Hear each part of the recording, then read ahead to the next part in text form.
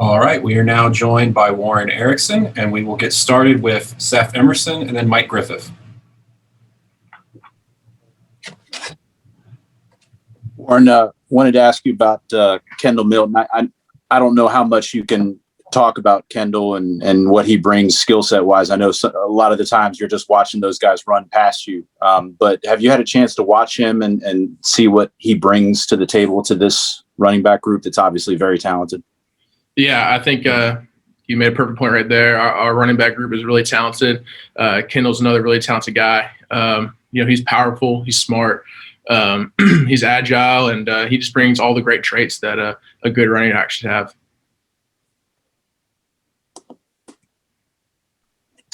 Warren, we talked with Coach Luke earlier this spring. He mentioned you prominently along with Jamari and Justin. And can you talk about the role that you're playing this spring and other spots that you might be getting some work at in addition to center? This spring I wanted to come in and I wanted to be a leader. I think Jamari and Justin and I, we kind of came in. We just, we wanted to set a standard. We wanted the offensive line to look like. And vocally, we wanted to show that, and also just leading by example. So I try my best every day to go out there and give my all in those two aspects. And I've worked some right guard, and I've worked some left guard, and I've worked some center. All right, let's go with Chip Towers and then McGregor Rowland. Yeah, Warren, what do you anticipate? We've heard a lot about a vertical passing game and everything, this year, but we just touched on Kendall Milton, some of those other backs that I assume they're going to get fed a little too. What do you anticipate? What have you been able to see how the offenses actually come together, and what do you think we'll see in the fall? What I've seen so far is I've seen just a group just progressing every single day, just getting better and better and better and better. That's what spring's all about, really. Like you said, we want to be explosive in the passing game. We want to be explosive in the run game. So I think just intertwining those things together and trying to be the best offense that we possibly can in those two aspects. So, yeah, I think that if we can, get those two things and get them rolling and just keep progressing every single day, we should be pretty good to roll. Hey, Warren, I was just wondering, Kirby mentioned the necessity for a lot of protection for JT Daniels this coming season, even noting heavy focus on pass protection from the running backs. And I was just wondering, what specific things have yourself and the O-line been focusing on when it comes to increasing pass protection for JT? JT is an amazing quarterback, and we want to keep him upright. That's our ultimate goal, and, make some big holes for the running backs to run through. So, every day we're trying to work on our fundamentals, footwork and hand placement technique, and passing on twist games and sitting down different bull rushes and different styles. So every day, it's a steady thing, and pass rush takes time. So as you continue to grow, it's been a great spring ball, and we just got to keep working on our pass pro. Up next, Anthony Dasher and then Mark Weiser.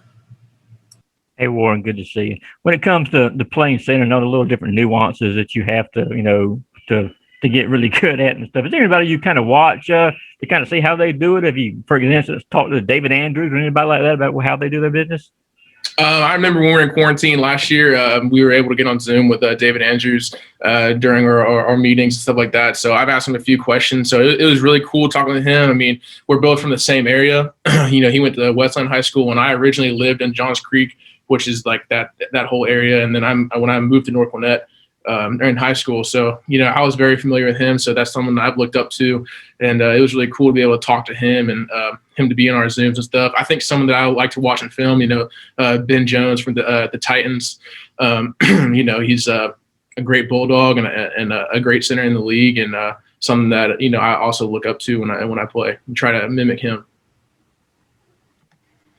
Warren, what's the competition this spring at center with Cedric? Kind of what does he bring to the table, and your impressions of Tate Ratledge this spring?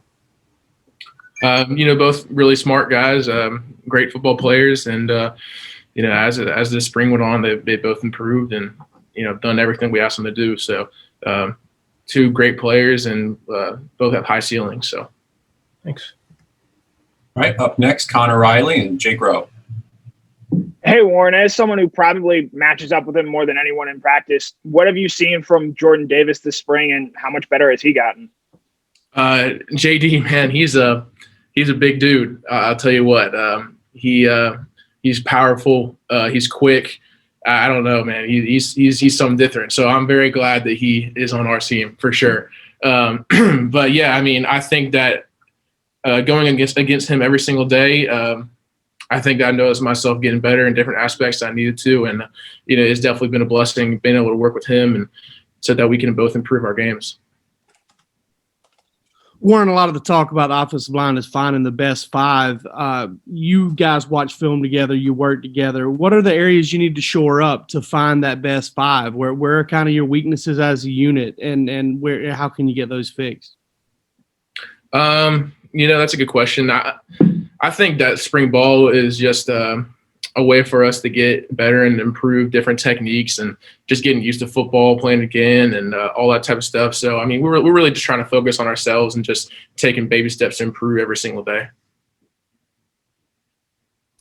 All right, up next, Dean Legge and then Palmer.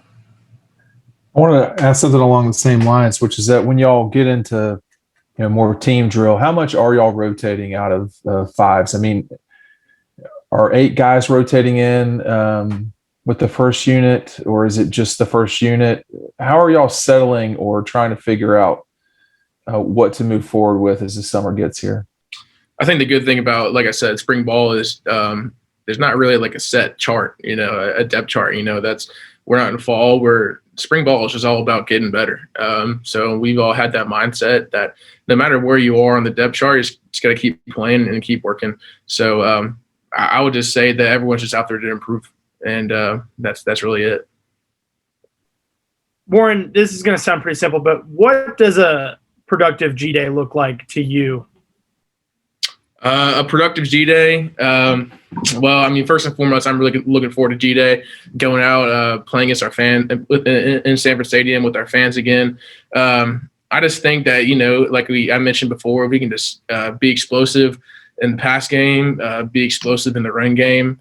That would be huge. I would just say as an offensive line, if we can take what we messed up early in the spring and take those critiques, keep working. And then now in G-Day, things that we used to mess up on and things that we had mental blocks on, now we're able to improve and actually and do the correct techniques, stuff like that. So I think that's a positive G-Day.